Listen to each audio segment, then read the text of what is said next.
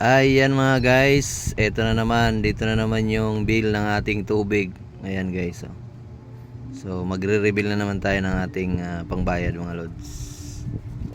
'Di ba? So let's go.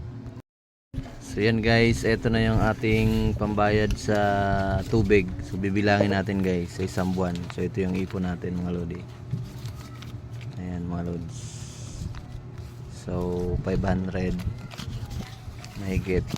So magkano yung sobra natin? 1,000. Net na nalabos mo yung lahat ng boss.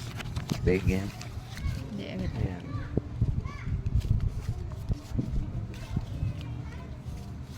Yan yung naipon natin sa isang buwan.